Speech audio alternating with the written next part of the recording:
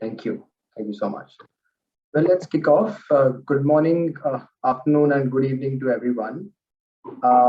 Welcome again to the webinar for the launch of the Dialogue series and the launch of the Electric Trucks Leadership Group. My name is Atul, and I'm in charge of the Climate Group's programs in India, where we engage with companies. These include our initiatives on RE100, EP100, EV100, and Steel Zero. About the Climate Group, we are a not-for-profit organization with an objective to drive climate action and do that fast. We do this by engaging with two kinds of stakeholders. One is subnational governments, and two being businesses and companies. Our goal is to build a world of net zero emissions by 2050. And that too, while we achieve those goals, we do it in a way that it is prosperous for everyone. Why we are here today, the objective of the Dialogue series and the leadership group is to nurture a conversation on decarbonizing the medium and heavy vehicles sector in India. We know that at the moment, the on-road share of medium and heavy trucks in India is only 2%, but it contributes to an proportion which is extremely immense. It contributes to around 30% of the overall emissions in India. And again, that's typically because you can imagine some of these trucks are used for freights, and these vehicles not only carry heavy mass, but also travel over larger distances. And that's why, the reason it's quite evident that the emissions proportions is extremely high. From this initiative's perspective at the Climate Group, while we realize that this potentially could be a big decarbonizing strategy for India, at the same side, we would also want to admit, and in fact, admit vehemently that we don't know enough about a lot of things. We clearly don't know what kind of trucks, what type of trucks would possibly see the transition first. We don't know what pockets and industry sectors will be the first movers. We also don't know which kind of use cases and applications will be the first to take off and form the early wave of adoption of electric vehicles. So these are the kind of questions this initiative, alongside with the partners, will try to find answers to, alongside, of course, what the Climate Group does on a regular basis, which is to engage with companies to put them on a path of bolder target setting, and alongside also build solutions as we go along. Well, this today is the first edition of the Dialogue series. The idea is to have several such discussions on a regular basis, ideally, preferably on a bi-monthly basis, which means once in 2 months, with the sole objective to engage stakeholders like you, experts like you, that will help us eventually build an ecosystem of stakeholders which are willing to contribute to the process, which are willing to contribute to the thinking around it, as well as on engagement with policy. This is something similar to what we have done in the past with our campaigns, most recently through the EV100 campaign and the RE mobility platforms, alongside with the World Business Council for Sustainable Development, which a lot of you have been a part of. So on similar lines, we'll want to try to build a coalition and get this conversation going on this subject. With that in mind, for today, we have two presentations, one from the Climate Group and one from CalSTART. This will be followed by a panel discussion and some time for question and answers. Nitant, my colleague, will present an initial frame of thoughts, which have been distilled, I would say, from an ongoing piece of work and research, which we are doing alongside with P-Manifold Business Solutions. But before that, I'd like to take a moment to acknowledge our partners on the initiative. One, of course, P-Manifold Business Solutions, which is the technical partner to the Climate Group on this initiative. The World Business Council for Sustainable Development, which has been instrumental in conceiving the idea and the concept itself. Also, CalSTART for their initial research work alongside with P-Manifold which has given us a tremendous start on the work as well as the framing of the problem statement itself. Also, our donor partners, Beam in Business, Shakti Sustainable Energy Foundation, and Climate Works for their continued support. While we move to Nitant, a few quick tips to organize the webinar most seamlessly for us. I would request everyone to keep themselves mute and cameras off if you aren't speaking. We will take questions at the end, so please type in your questions in the chat box to the host. With that, once again, welcome everyone. We are indeed excited to kind of kick off this initiative with the support of so many of you. And with that, let me hand it over to Nitant for the first round of presentation. Nitant, to you. Thank you, Atul. So good evening, everyone.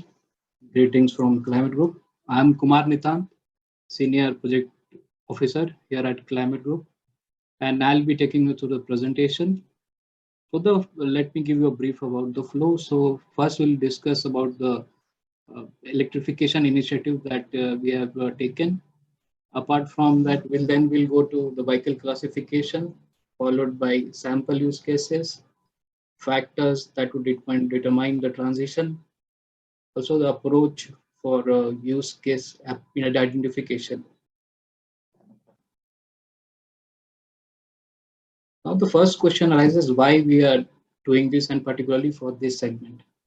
As Atul mentioned, the total medium and heavy duty vehicle consume only about 2% of total vehicle population and emits around 30% of all road transport emissions in India. And as the country grows, the requirement for freight would increase. So in a way, this is a very particular segment that we have to focus for a net zero future. Now, how are we gonna do it? So we are aiming to build an intent, ambition, capabilities for both demand and the supply side. We'll work with companies, work with knowledge partners, we'll work with research organization in creating knowledge items, and we'll generate the right quality material that would help make this transition easier, and also showcase some proof of concept, also some use cases that are viable for businesses to opt for a transition. We'll also do some policy engagement that would expedite early market growth. So we have this planned out over the course of 15 months and beyond. And the main objective is electrification of this segment, and we'll do this using the two tools that Atul mentioned, that would be through dialogue series, and another is the e-trucks leadership group that we have formed that will be launched later today. So I'll take you to the vehicle classification. As we know, the vehicle classification, the medium goods vehicle consists only of 0.3%. Adding that to heavy vehicle goods, they both add up to 2%. But, however, when you see the emission already, so I have mentioned it's beyond 30%. And a point that to be noticed, 90% of this road freight movement use diesel as fuels. And in India, we have seen a lot of electrification growth in two-wheelers, three-wheeler segment. There are also encouraging signs from the light goods vehicle. So in a sense, we would like to replicate the same, or we would like to carry that momentum to the medium and heavy goods vehicle segment. The next item. Now these are some of the sample use cases that we have gone through, and for the first one, like parcel and market good. For this particular, we have found that there is a lot of scope for electrification because the load density is comparatively low. Also, the distance covered are comparatively less in comparison to other segments. Also, the perishable items, as social mobility is happening across India, and middle class expand, the demand for various food items and the diverse food items would increase. So this would include the reefer trucks, and so apart from that, the tankers that are used to carry water, milk, oil, emulsions, petrol, and they have a very set route. So this particular segment can be targeted for electrification. The next slide, Avinash. The other are construction material, and for example, then there is something unique about this particular uh, use case that, for example, cement trucks carrying cement bags. So they have a defined route also. And they are used only for carrying one particular product. So their to and fro are limited, and so these small things can be looked at. And similarly, in particularly steel and finished product, the there are certain cases where with charging infrastructure we can go for a transition. Yeah, next slide.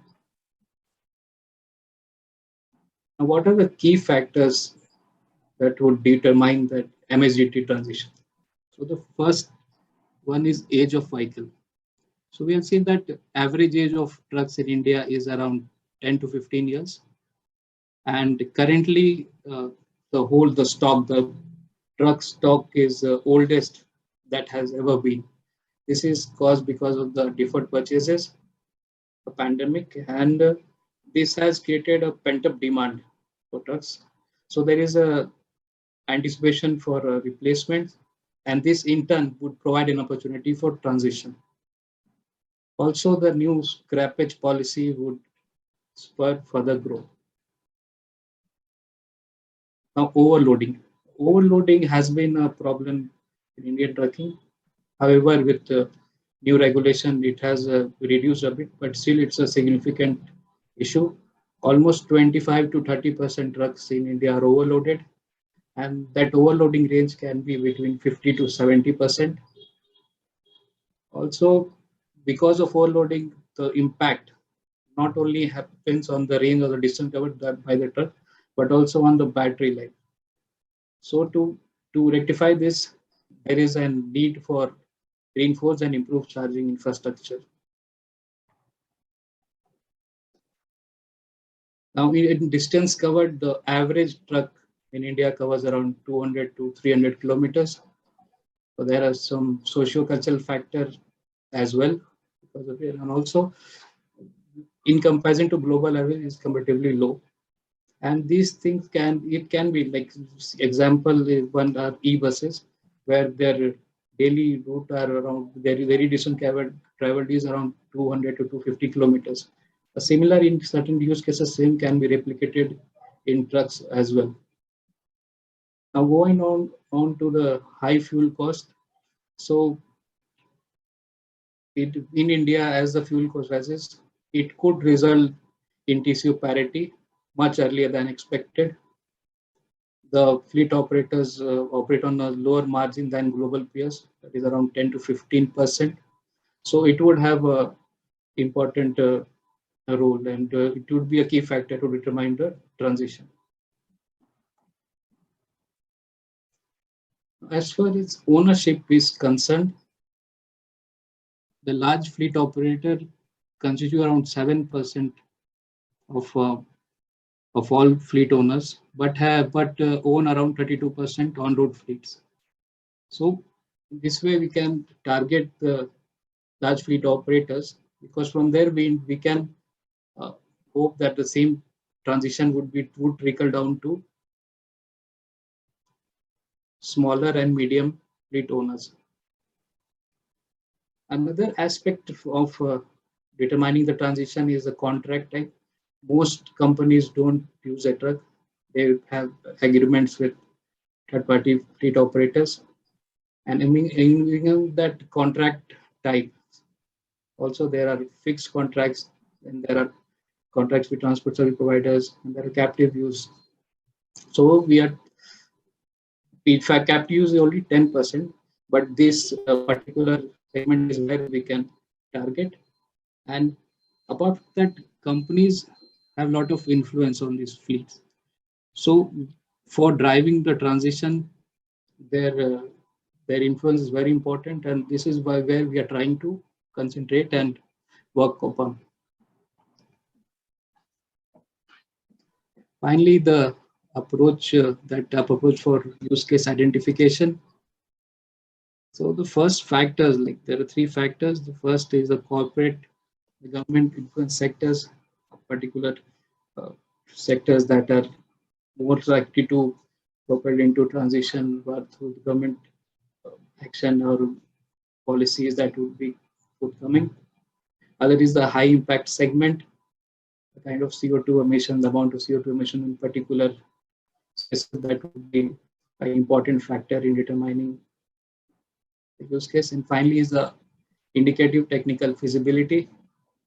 This includes the load and carrying capacity, distance, everything. So these factors would help in identifying the use case. Yeah. Thank you. Over to Atul. Thanks, Vital. Thanks so much. I think several good aspects there, and I think you've characterized the space really well. I think this is a good segue for us to call Cristiano to make the presentation. Yeah. No, that sounds great. Thank you, to the Climate Group for the invitation to be here today. I will share my screen now. I hope everybody can see it. Please let me know if you don't. We can. So very happy to be here. Great to see, familiar names on the screen. For those of you who don't know me yet, I'm Cristiano Façanha. I'm with CalSTART, leading our global Drive to Zero program, which I'll talk about in a minute. But then for those of you who may not be familiar with CalSTART like yet, so we are a US-based clean transportation nonprofit. We work as a consortium as well of over 300 businesses and governments, really working to accelerate zero-emission technologies for transportation with a very focus on heavy vehicles. Right? So, since the early 90s when the organization was started, we started working primarily in California on technology demonstration projects. So that was when technologies were very nascent. It started with buses first.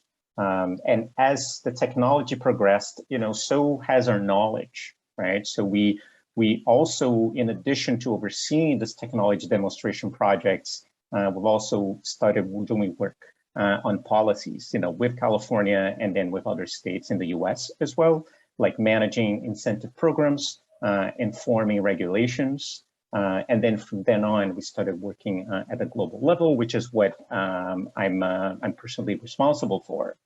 Then all of these has given us a really good understanding of the technology piece, for zero emission technologies, the status and outlook of those technologies in the markets, and also for policies as well.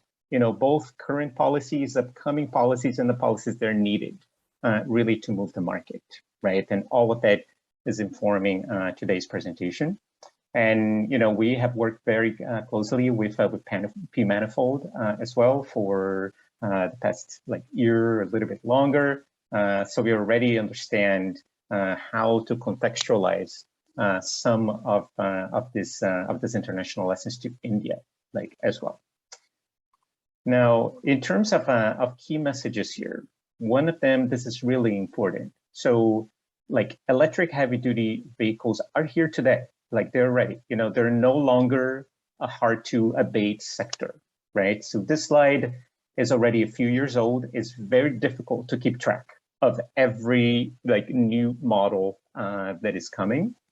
And this was the main reason why we created a tool, which I'll show next, called the Zero Emission Technology Inventory Tool, which is a visual database of all models of zero emission trucks and buses worldwide, by manufacturer, by application, including range and so forth, by region, my region as well. That has given a lot of insights in terms of the market. So based on our data today, there are already over 450 models out there of zero emission trucks and buses. So buses are included in this. So in this chart, you can see the number of models, and like the yellows and oranges are buses, and then the blues and the greens, they're trucks out there. So the number of these models has grown dramatically, like near 20% just between 2020 and what we expect like this year. The strongest model availability has really come from zero emission buses and medium duty step vans, which are both considered foundation technologies, right? So for the overall market for zero emission trucks and buses. And then we'll talk a little bit more, but the idea of this foundation technologies, the idea is growing these model types is first is key to accelerating the segments, because the components in this early vehicles, such as buses and logistics vans, can be transferred for other more specialized and heavier vehicle types. Now, one thing is model availability. The other thing is actual sales, like out there.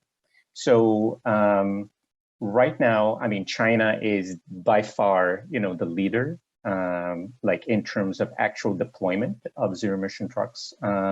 So in China, like essentially all new buses, 100% of new transit buses are already zero emissions, and over 20% for logistics vans, like as well. Like other markets, they're a little bit, they're very much further behind, but they're gaining in terms of ambition and upcoming policies.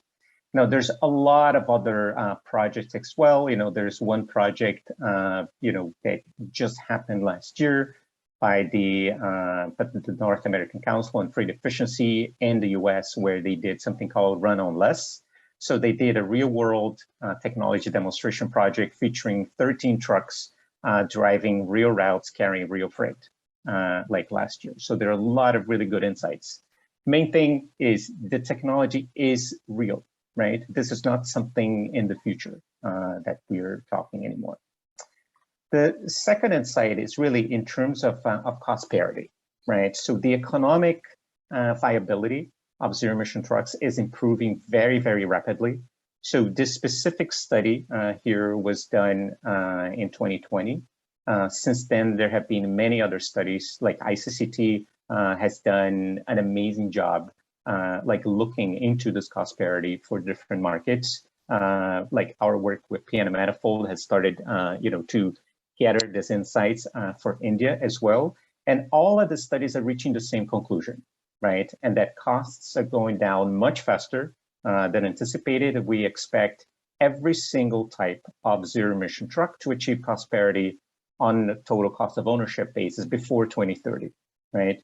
And then the experience, at least for zero emission buses, everywhere around the world and in India, indicate that both the lifetime and the total cost of ownership have greatly exceeded expectations. So there's like a really important use case that we can expect that will also happen like with trucks. And while incentives and user charges and fuel costs, can accelerate TCO parity, really there is no need for big financial incentives, such as those that we have seen like in Europe and California, in particular because the TCO has been advancing quite rapidly, right? So the key is how can you use, this type of incentives in a fiscally responsible manner, right? And the other type of insight that we can say is in terms of the level of ambition, right? It's really important that the transition to zero emission technologies will not happen and it's not going to happen fast enough if we don't have clear ambition. So globally, both manufacturers and governments are really making more concrete and stronger commitments towards the zero emission technologies for medium and heavy duty vehicles. So over COP26, so that was in November last year, for the very first time, this 15 leading countries and over 40 subnational governments and industries align on this common ambition, like really around 100% of new medium and heavy duty vehicles being zero emissions by 2040, and an interim target of 30% of new vehicles being zero emissions by 2030. Right? So there's a really important momentum there. This sector has never been unified in this way. Just 2 years ago, we would never imagine that we would be here even close to catching up with light duty vehicles, but now it is really within reach. Now, one thing about this agreement, the agreement is signed by countries, but it can be endorsed by subnational governments and industries. So when the global MOU was announced last year, we were very happy that the state of Telangana decided to endorse the global MOU and its ambition. And we know that the state is interested in attracting a lot of investment in manufacturing and finding ways to support actual deployments. And especially with like the growth of e-commerce in Hyderabad and many large fulfillment centers like Flipkart and Amazon, there's going to be a lot of great opportunities for electric truck deployments, right? And it's also very promising that Maharashtra, has identified the need for corridor charging for electric trucks in its state EV policy. I'm not aware of other states that have done so. So this is very noteworthy, for Maharashtra. Now, really important to understand. So California has adopted a very comprehensive policy ecosystem that can really lay the foundation for very fast, electrification of trucks and buses, right? And this is really important, because it's lessons learned for other regions that are trying to mimic, that. So in this experience, we're learning a lot, and we documented that in the study for those who are interested. It's there in the source, and hopefully the slides will be shared as well. But it's really an ecosystem approach, which is made of setting very ambitious targets, right? So it's the dark blue box there. And then backing those targets up with strong regulations that ensure the certainty for the market and timelines and enable industry to make sound investments, being certain that demand will come. But also complementing those with targeted and time-bound incentives, like at the same time. Now, the other thing that is really important, that all of the California policies are based on what we call the beachhead strategy, right? Which is this concept that zero-emission vehicles are coming to the marketplace in waves, taking foothold first on the applications where technology is ready, more prominently. So this this early waves are those starting with transit buses because they travel for known routes, return to base for charging, more like limited distance. But the idea here is that the technologies that are used in this foundational markets can then be transferred to other harder sectors to electrify. So California has adopted this beachhead strategy, which really underpins every single policy that they have, including incentives and the regulations, as well. It's really important here that this actually all of the work that India has been doing in support for zero-emission buses is actually laying the foundation for zero-emission trucks. At the same time, really important to understand that nuance. And working with P-Manifold, we actually started conducting an industry assessment and a roadmap for zero-emission trucks, and we're developing this version of this beachhead strategy for India. At the same time, right? So this is some preliminary work done by P-Manifold, giving credit where it's due here. And this is really based on real world duty cycle modeling, right? That they've done, knowing that several of the segments, already have sufficient power and range using existing battery technology. Some of it, I'm not going to go too deep in detail here because we can talk next, but it includes some of this, applications that are specific to India here, like including produced trucks and cylinder trucks, milk and water tankers, some heavy hauler trucks.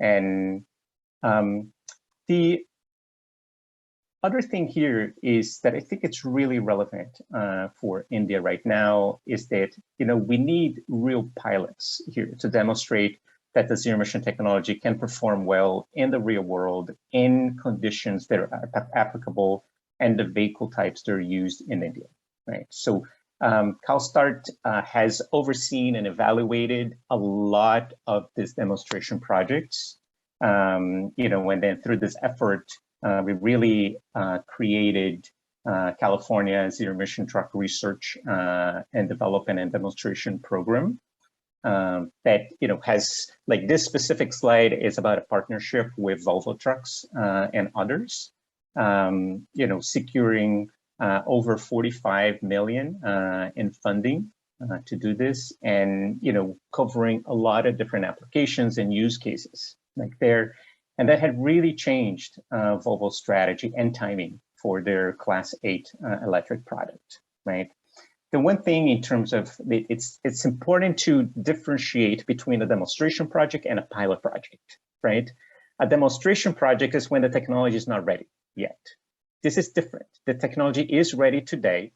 What we're focusing here is to implement the technology in different conditions, right? So that is what the focus needs to be in India, in addition to scaling up, right? We're not talking about, it's like 1 truck or 10 trucks. We're talking about hundreds and thousands of trucks. So that's really what needs to be demonstrated. And there is a great opportunity for India to announce a long distance freight corridor for electrification, ahead of most other global regions. So I think that is an amazing opportunity. Here, there's a lot of concessional and climate finance looking for good opportunities for GHG abatement.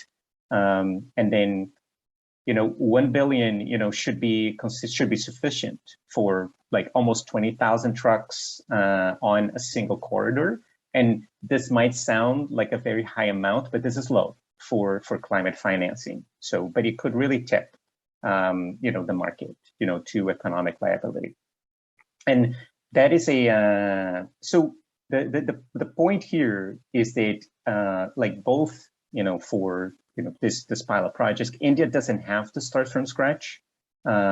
It's really a need for like Indian stakeholders to also join international networks, really to ensure that the best practices are being shared, and also that India can participate in this wave of market transformation and leverage investments in manufacturing capacity, right? So a lot of regions are looking into this transformation to attract investment to their own regions. It's important that India participates in that process.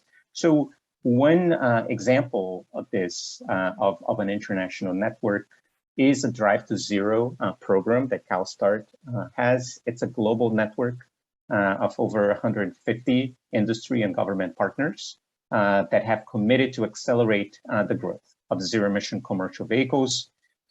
Focus on commercial vehicles because of the disproportionate impact on emissions.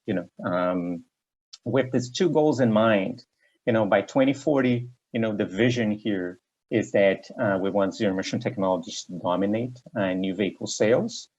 But by 2025, as a much more near target, we want this technology to be successful in key applications where they're successful and achieve, both market viability and cost viability, like here.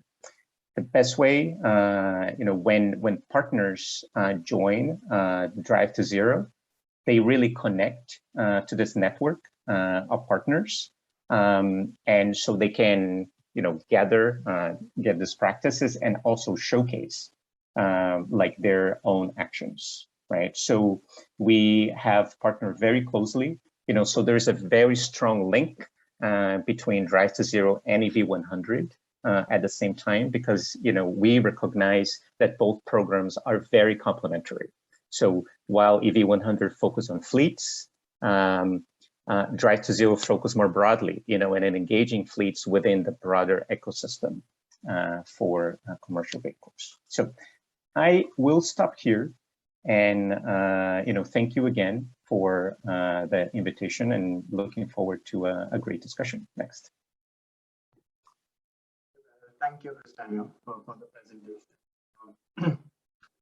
Well, I think there's a lot for us to chew, and I think it's a good point for us to kind of get into the next segment of our webinar today, which is a panel discussion. So I'm going to invite Vikrant as well as Cristiano.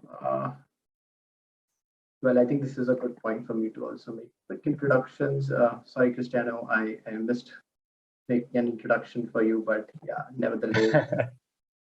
So Cristiano Fucana is the Global Director of the Commercial Vehicle Drive to Zero campaign at CalSTART.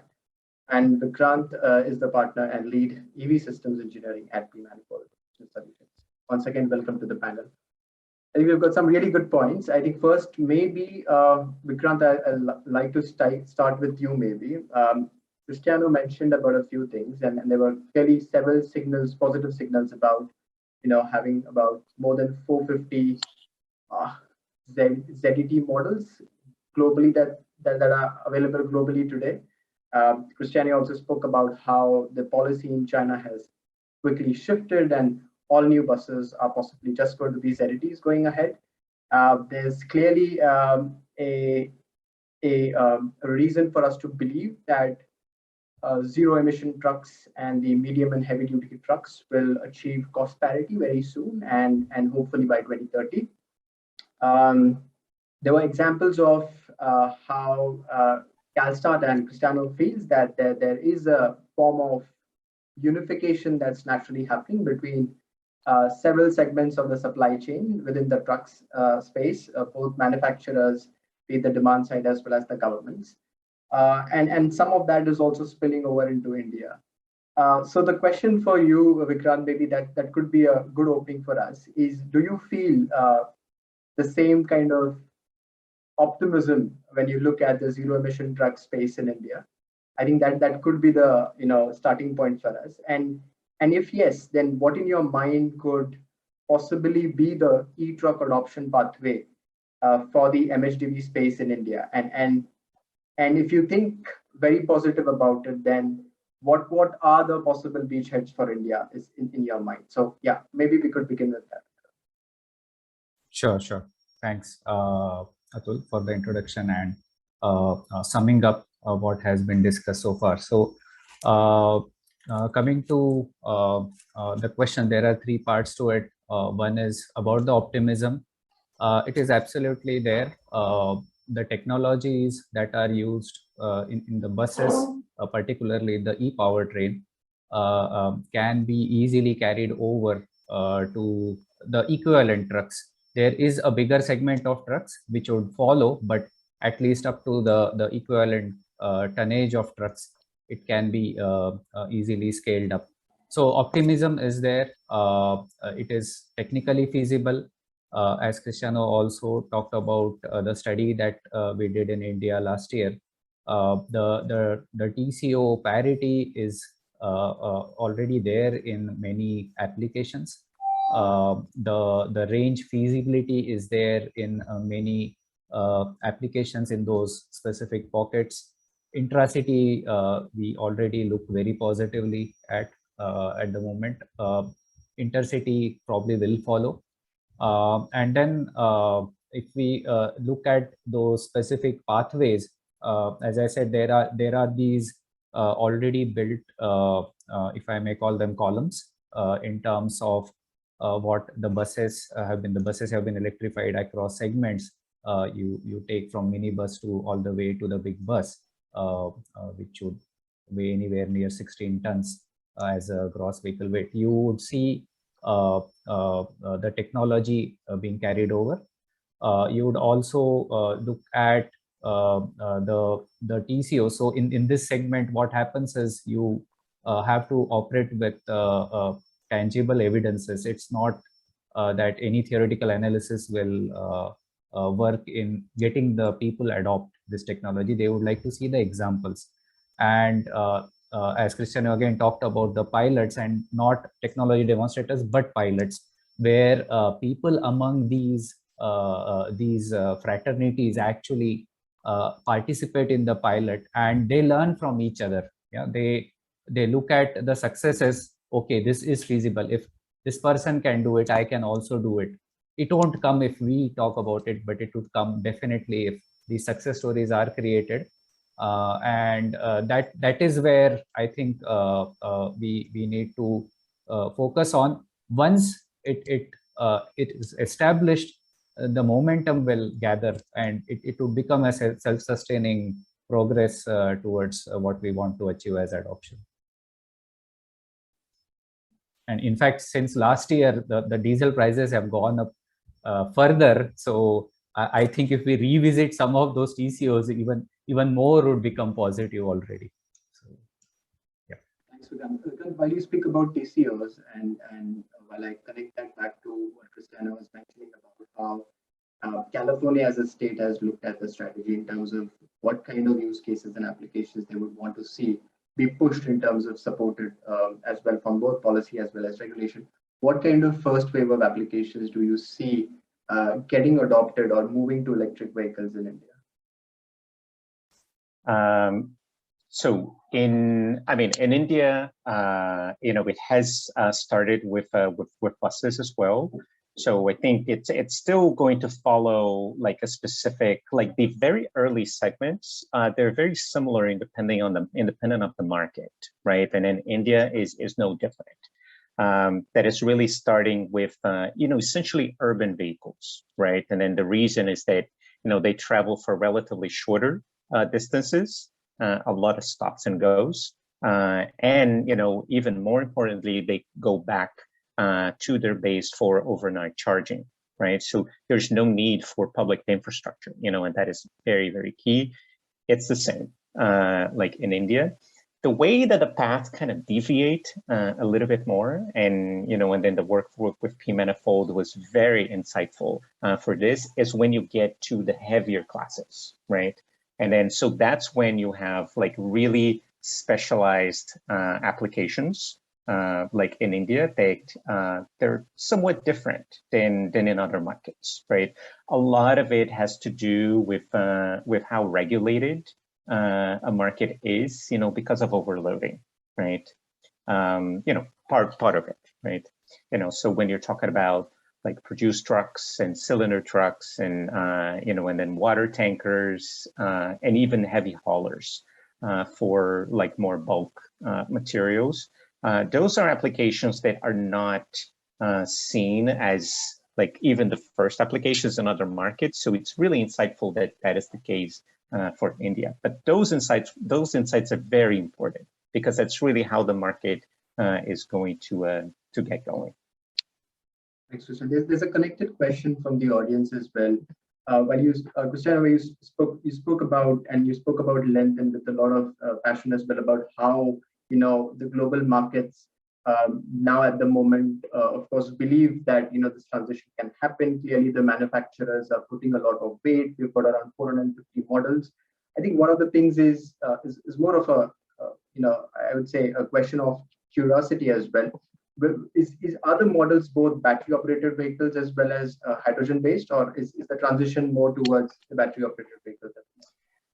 This is really like an important question here. So so right now, like these models, the ones usually for more urban settings, they're mostly battery electric. Like in our database, we include both of them, battery electric and fuel cell. There are a lot more battery electric models than fuel cell models, because the technology is like more like readily available, right? It's important to also understand that there are going to be like different technology pathways But then I believe that battery technology like will attend, the vast majority of applications, like even like long distance, right? The important thing here is that we cannot let technology choices delay implementation, right? Battery technology and hydrogen can coexist, like the market should decide, but we do not have to wait for fuel cell technology to be ready, to be cost viable, because battery technology is already ready, and the TCO for battery electric is improving a lot faster, right? So while there are multiple technology pathways, there's no need to wait here. Thanks, Cristiano. So it seems like the trend is towards battery operated electric, but clearly, the market will determine, what technology picks up and in what markets, some of them will actually find their place. Vikrant, to you question again, building on something that Cristiano mentioned, that the technology is ready, it needs to be scaled, right? Just putting things into perspective of how this plays out into India. Do you feel the Indian auto OEMs at the moment are in a position to make that shift in terms of looking at how their existing manufacturing bases are set up? Do you feel that transition is something that is imminent, can happen easily? Do you find challenges in that? Sure. In terms of technology, I think there are very few challenges, if any, because we understand how to make heavy electric vehicles with our experience from the buses. There are integration aspects which are different between buses and trucks, but I see that the capability exists to do those. What starts becoming challenging is once you have the technology, you produce those first vehicles. Traditionally, the IC engine distribution network has been largely for heavy vehicles has been driven. They are driven to the point of sales or close to the point of sales, which may not be always a viable option. So we have concentrated manufacturing in India of at least the heavy duty vehicles, and largely top 4 or 5 OEMs make up like 90% of the sales in India of heavy duty trucks. So what that means is those pockets where the production is happening, those would be the immediate ones who would get that. But then there has to be a look ahead in terms of how we will cater to longer ranges of delivery of these vehicles. Oftentimes this portion gets missed because it has been moving so smoothly in the IC engine vehicles. It doesn't feel like a challenge, but it may not be so acceptable for a buyer of an electric truck that 3 or 4 of his battery cycles, limited battery cycles, are exhausted even before he or she buys the truck. So that's going to be something that will have to be addressed. Maybe there are already some thoughts being given to these challenges. There are some partnerships that may be happening where some of the manufacturing or at least the last assembly could be done closer to the point of sales, and they could be distributed instead of having the central assembly unit. So that is one challenge. And the second challenge would be supporting the electric trucks with the appropriate infrastructure. The larger distance, the medium to longer hauls, there is opportunity in terms of driver stoppages to do that. But that opportunity has to be realized by providing the infrastructure at the right places, so that whatever top up is required to enable some of these corridors, particularly, those should be provided. And then there are those last points where the trucks reach today, even the railways do not reach in India. So there, then we are going to see applications, those smaller pockets, the applications of range extension technologies, apart from charging, like fuel cells or any other modes of producing locally certain amount of electricity and having those local, not depending on the grid reach, but depending on a local generation of that power and providing the charging. So those would be kind of looking ahead into how to enable successively more and more applications to electrification. Yeah, I have a few insights here that I think it's a really important as well. Like Vikrant, I mean, when you talk about like technology not being like a challenge anymore, I mean, I couldn't agree more. Like with you, when we talk to the OEMs quite a lot, and we see the same thing. It's like when you ask, are there any technology challenges? And they said, yeah, for the very, very long distances, we still like need to improve range, but other than that, everything is resolved, right?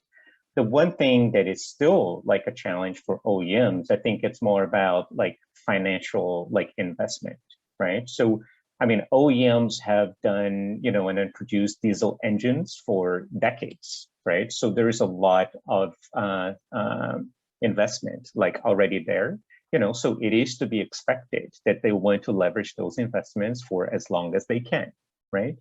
But it's also important when you look into the OEMs that there are actually two different forces. Like even for most called legacy OEMs, because you have the ZEV OEMs as well, which are a separate category. But for the legacy OEMs, you have like the traditional diesel division, but all of them are creating electromobility divisions as well. So those divisions are very forward thinking. So there's a lot of tension even within OEMs, right? So, and then because of that, a lot of OEMs have also done this targets. Like most of them, have like announced 2040 as being the date where all new sales will have to be fossil free. The devil is in the details here because fossil free is different than zero emissions, right?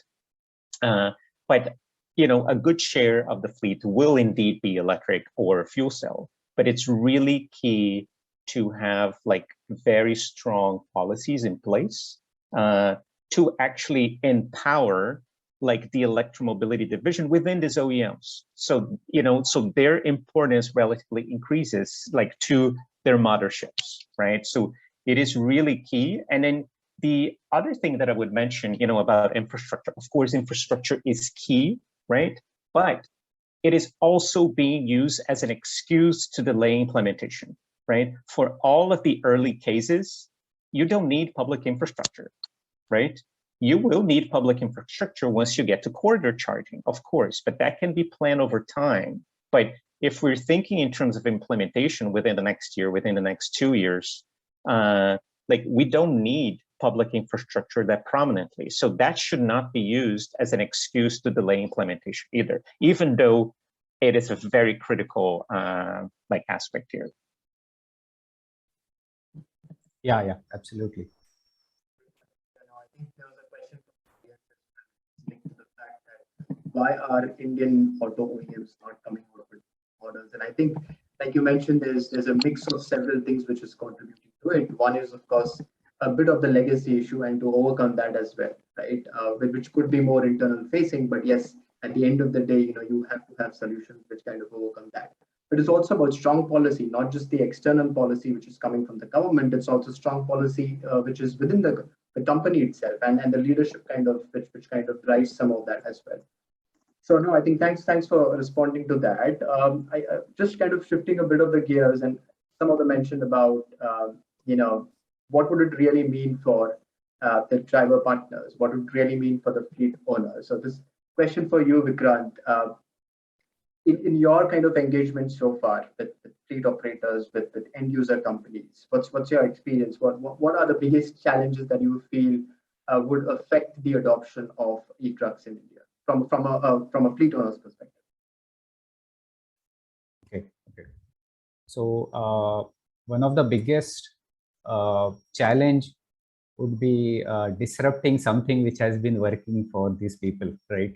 They have matured, grown, adjusted, adopted, and finally they are running these diesel trucks. So now you are going to ask them to change to electric truck, with of course a benefit that your operating expenses are going to be substantially lowered, not marginally but substantially lowered. you would get the support that you would require. Otherwise, what you get in India particularly, IC engine trucks are serviced by anyone along the road. Yeah. So those are the two things which would play on their minds. Of course, they do. I mean, you would be surprised when you hear them speak, as I was as well, that it's not like they are not aware or they do not see the positives of it. You know, one of the persons very candidly and casually said, well, that solves one of my biggest issues of diesel theft. Yeah, that is an issue that the fleet owners face. So they do see the positives of it. It's not all inertia against change, but they finally would act once they are assured of their bottom lines, their working models. They are, of course, today hard pressed because of the rising diesel prices. So maybe there is a opportunity which they would latch on to today. And then, of course, there has to be assurance to them that the kind of service, the kind of low downtime they have managed to achieve, with whatever means, not necessarily through the OEMs today with the diesel trucks, similar if not same, has to be there so that they can go in with a peace of mind. See, the amount of annual maintenance contracts have risen dramatically in the last few years. So OEMs do, the operators do realize that a maintenance headache shifted to the experts is eventually actually saving them a lot of these ad hoc expenses. So the same can be extended, and those would be the primary, I would say, enablers, or those with the challenges which we would have to overcome to have the operators get in adopting these electric trucks. I think just from an audience, again, a question coming from there about one, of course, acknowledging the need that you would need more infrastructure on the highways to kind of support some of these things, which is of course is obvious. But I think on the bits about when charging is going to be available, there's going to be time lost, right, for kind of making that charging happen as well. Do you have a perspective around that? I do, because I think there's also an element of timing, and I do think that this is going to be the one thing that is going to change how vehicles are operated, right? In the very early markets, what is more likely is that batteries are going to be oversized, like for the application, so that trucks can rely only on depot charging, right? And as like those trucks are putting on the road, fleet operators get used to those technologies. I think that is going to shift, and and then batteries are going to be like downsized, with the understanding that fleet operators are going to rely both on depot charging and what we call opportunity charging, like at the same time, and integrate that into their operations, right? Like in a way that minimizes downtime, and that kind of matches like already, the loading and unloading schedules. And when you're talking about like long distance, that actually, they align with, required like truck breaks, right, for resting, like as well. But yeah, I think that one issue here that I see is,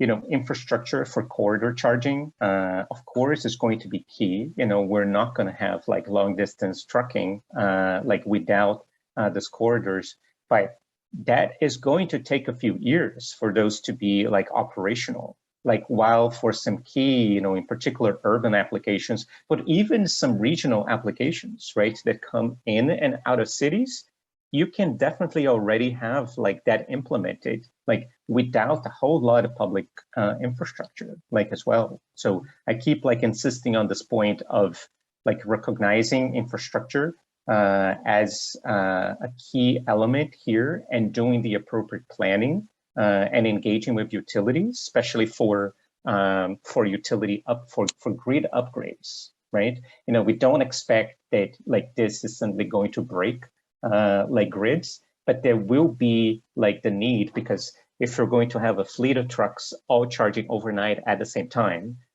you're going to have specific points in the network that will require upgrades. And of course, those are very important to start planning early for that. Thanks so much. So I'll stay with you. There's a question from the audience for you on the financing bits, and how is that happening in the global markets for heavy duty trucks? Yeah, no, absolutely. The so right now, like financing, you know, has been done, you know, in some of these markets, like the government has provided, you know, some like early like incentives, you know, to offset, you know, part of the difference between a zero emission truck and diesel truck. The important thing about those is the incentives like on their own, and that has been, you know, some of the mistake of some regions, you know, that we already know. If you implement government incentives, but you don't require regulations to provide market certainty, like the minute that you remove the incentives, the sales completely go down, right? This has been the case in China, right? So it's really important that incentives without regulations don't move the market, right? You need both of them combined. And as some of these leading countries have already provided incentives and enabled like OEMs to invest in these technologies, like more emerging markets will not have to do like the same level of incentives that, you know, have been done like in Europe and California. So it's a great in terms of timing here. There might be like need for some targeted incentives, but not at the same level, right? So I would say that in terms of finance, that is one. The second thing is, you know, in particular for medium and small fleets, it's really important to like rely on new business and finance models, right? That can, you know, have transportation as a service, or so instead of like you know, paying upfront for the vehicle, you know, pay like on an ongoing basis. Like sometimes either with the combination of the truck plus the infrastructure as well. There are some cases that we've already seen out there, but I think that market is going to develop very substantially, and it's a great business opportunity as well, like for some entrants. And if we look in the world, you know, from a positive way, it could actually give access to medium and small fleets to new technologies in a way that they've never had, right?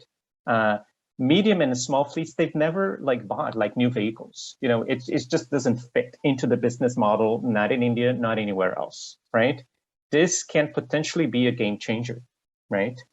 With like some really important equity repercussions like here in terms of giving access and financing to small and medium-sized fleets. And that is, you know, even more critical in India, given the level of like ownership that is very disaggregate, like in India, like as well. So I think that the information that I have is about 50% of truck buyers are individuals, you know, and over 70% of trucks out there are like small fleets, like with less than 6 trucks, right? So this is really key if you really want to change the market.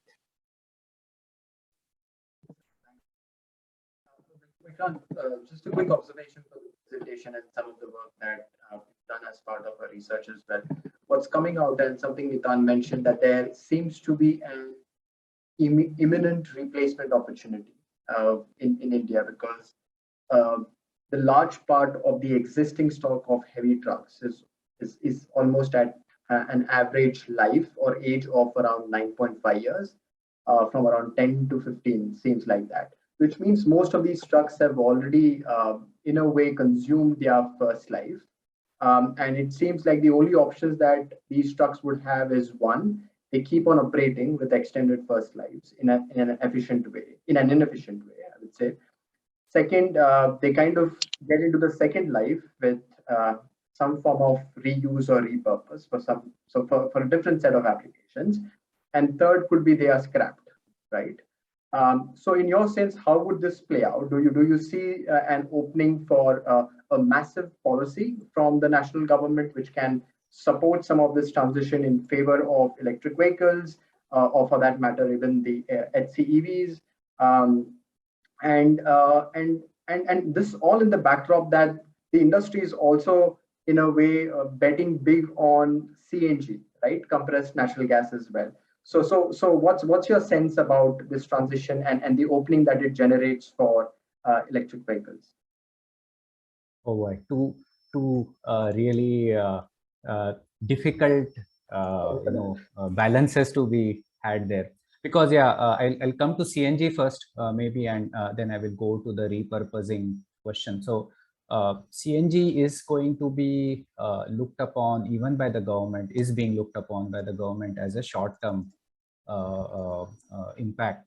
Yeah. It was done for the buses a couple of decades back, right? With Delhi, we went into almost pushed model of going to CNG. Now, even the trucks we are getting, at least in the lighter trucks, we have almost all top OEMs coming out with CNG models. And then the CNG also is available at a much cheaper price. Part of it is subsidy, part of it is how it is sourced.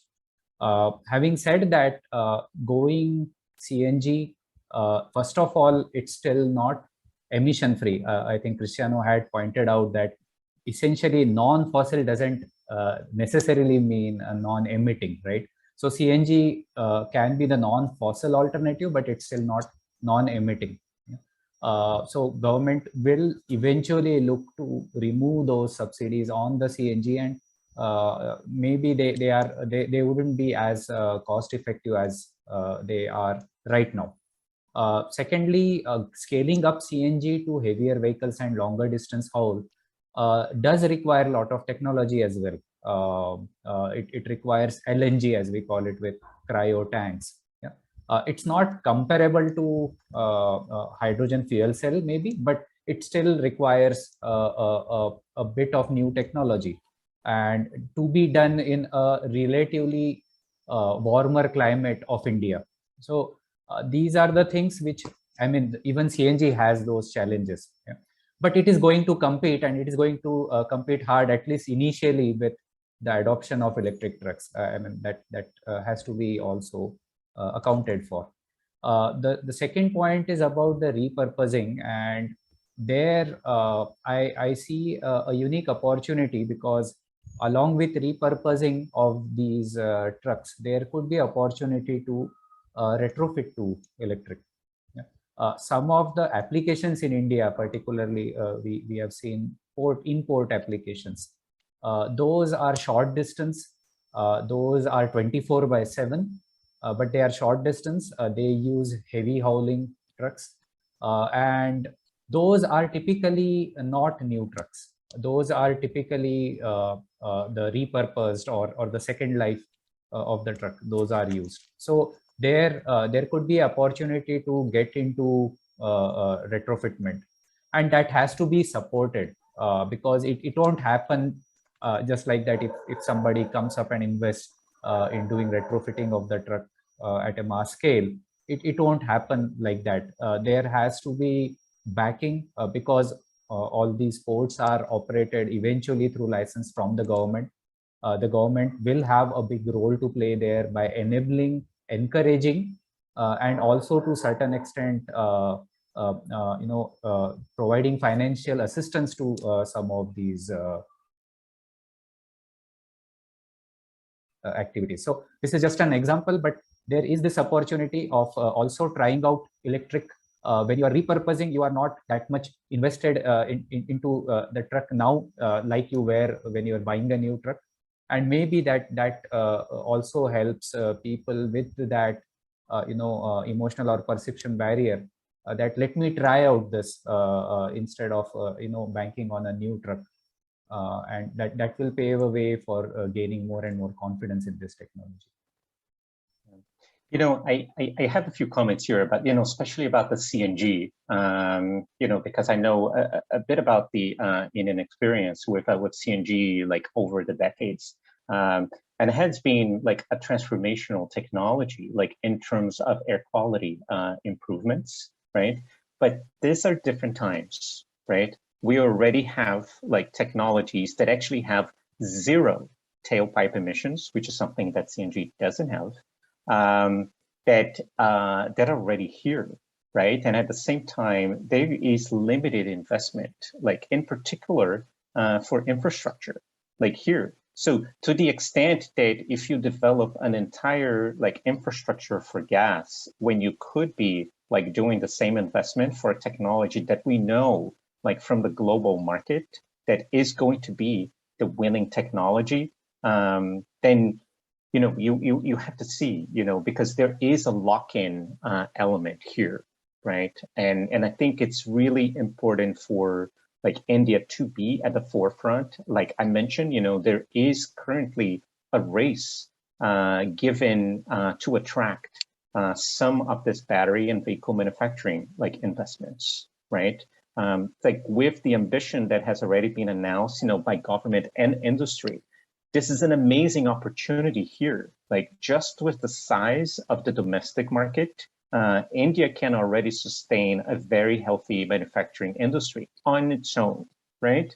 And if you add to it, like the potential to, feed into other markets, it's like that could be like really key. I think, for example, if you compare to, China, like the other neighbor, they have been like really progressive and like in terms of deployment of buses and vans.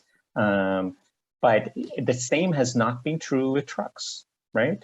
So again, that is an opportunity for India really to step ahead, like in terms of an industrial policy, right? That can align energy security with climate and industrial development all at the same time. So I think that is an amazing opportunity. For example, like I mentioned, the state of Telangana, like before. So even if this is done like at the state level with the more progressive states, taking the lead first, that would still be like an amazing progress like there.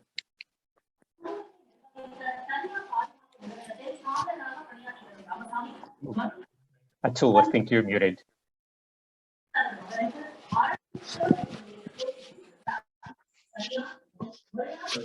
Vikrant, can you hear me? Yes. Okay, perfect. Sorry, I think maybe I was just saying, Cristiano and Vikrant, thanks so much for all your comments. There's so much to discuss, really, and this is like this is just the first edition, the first of the series of the conversations. I'm sure we'll pick some of those different aspects that haven't been touched on and need more discussions as well. There have been questions on the chat. We have been able to take a few. Unfortunately, we haven't been able to take a lot as well. So we'll take some of those as we kind of get into these discussions. But with that, I think we can actually call it a close. We've got a quick slide on the leadership group. So I'll, in fact, ask Avinash to quickly put that up. Thanks, Avinash. If you could just make it full screen. Yes. So, well, I think with the launch of this initiative, we would also be putting together a platform called as the eTrucks Leadership Group. It's essentially going to be a cohort of companies across the value chain, meaning we are going to have companies from the user side, we're going to have auto OEMs, service providers, fleet operators, all of them, bring them on a platform and have some curated conversations about what needs to be done in terms of kind of pushing the agenda and conversation on the electrification of medium and heavy duty trucks.